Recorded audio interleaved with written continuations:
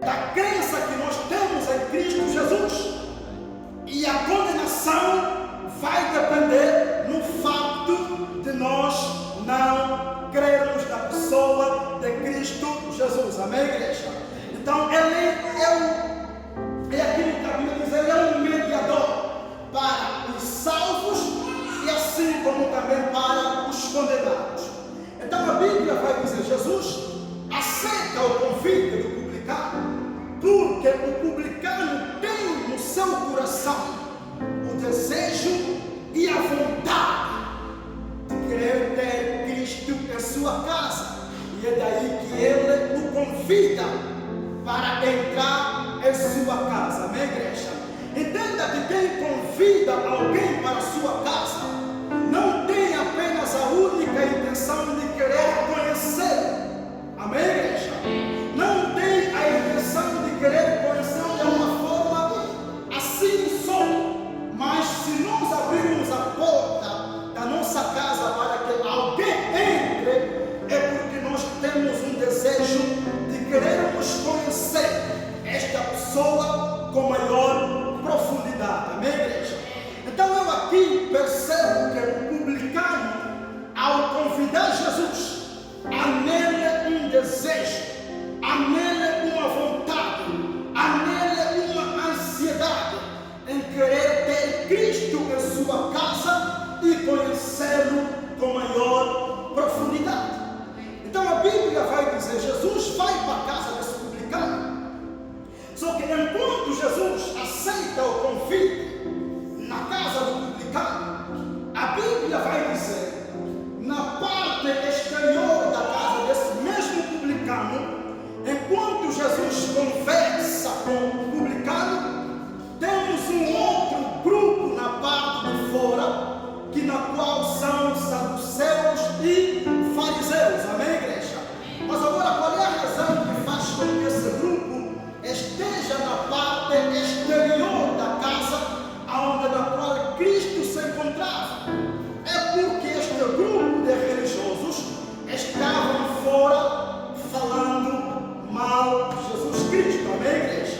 Criticando a pessoa de Cristo Jesus. Porque para um fariseu ou para um saduceu, não convinha a pessoa de Cristo, sendo ele alguém santo, alguém que nele não havia e não tem pecado, entrar na casa de um homem pecador. Amém, igreja?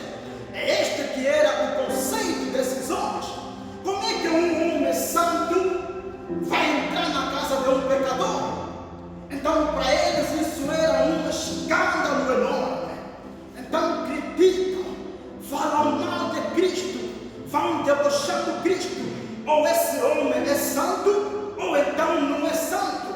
Ou este homem é verdadeiro, ou este homem não é verdadeiro. Amém, igreja? Só que Cristo, na sua infinita sabedoria, sendo Deus alguém onisciente, a Bíblia vai declarar, Cristo se apercebe com aquilo que está a acontecer no lado de fora. Então eu vejo Jesus aqui a pedir licença ao publicano que o convidara para a sua casa, a fim de que saísse no lado de fora da mesma casa para poder constatar aquilo que estava ali a ocorrer. Amém, igreja? E quando Cristo chega no meio destes homens, é claro que calaram-se, porque quem fala mal de alguém, se a pessoa pelo qual está sendo mal falada aparecer, é claro que as pessoas tendem a parar a conversa. Amém, igreja? É próprio de quem é religioso.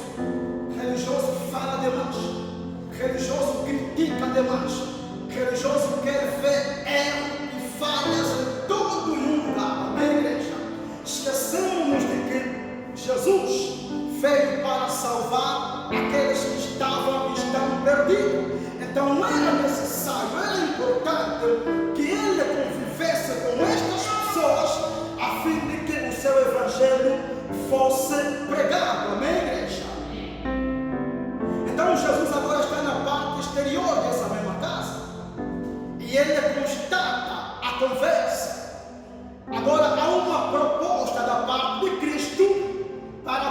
fariseus e os saduceus. E ele vai dizer: posso contar-vos aqui alguma história? E o pessoal disponibiliza-se em querer ouvir aquilo que Cristo tinha para poder falar com eles. Amém, igreja? Então Cristo, ele vai contar 3 parábolas com a mesma sequência e que todas elas se assemelham uma da outra. Amém, igreja? Então Jesus começa a dizer: um certo homem, pastor de ovelhas, ele tinha consigo 100 ovelhas e perdeu uma única ovelha, e ele teve que deixar as 99 ovelhas e foi à procura de uma que havia perdido. Amém, igreja? E na mesma sequência, Cristo vai lançar uma outra parábola e vai dizer: uma certa mulher tinha consigo 10 dracmas, perdendo uma, deixou as 9 e foi à procura de uma que havia perdido. Amém, igreja? Na mesma sequência, Cristo vai dizer: um certo homem tinha consigo 2 filhos e perdeu um filho. Amém, igreja? Entenda que são 3 parábolas e que as 3 têm a mesma sequência. Os 3 perderam uma coisa. Amém, igreja? O pastor perdeu uma ovelha, a mulher perdeu um dracma e o pai perdeu um filho. Amém, igreja? Mas sendo um culto familiar, e nós queremos aqui em pouco tempo refletirmos em torno daquilo que nós lemos para darmos tempo ao momento da oração, sendo um culto familiar, apraz-nos aqui falarmos a respeito do filho pródigo. Amém, igreja?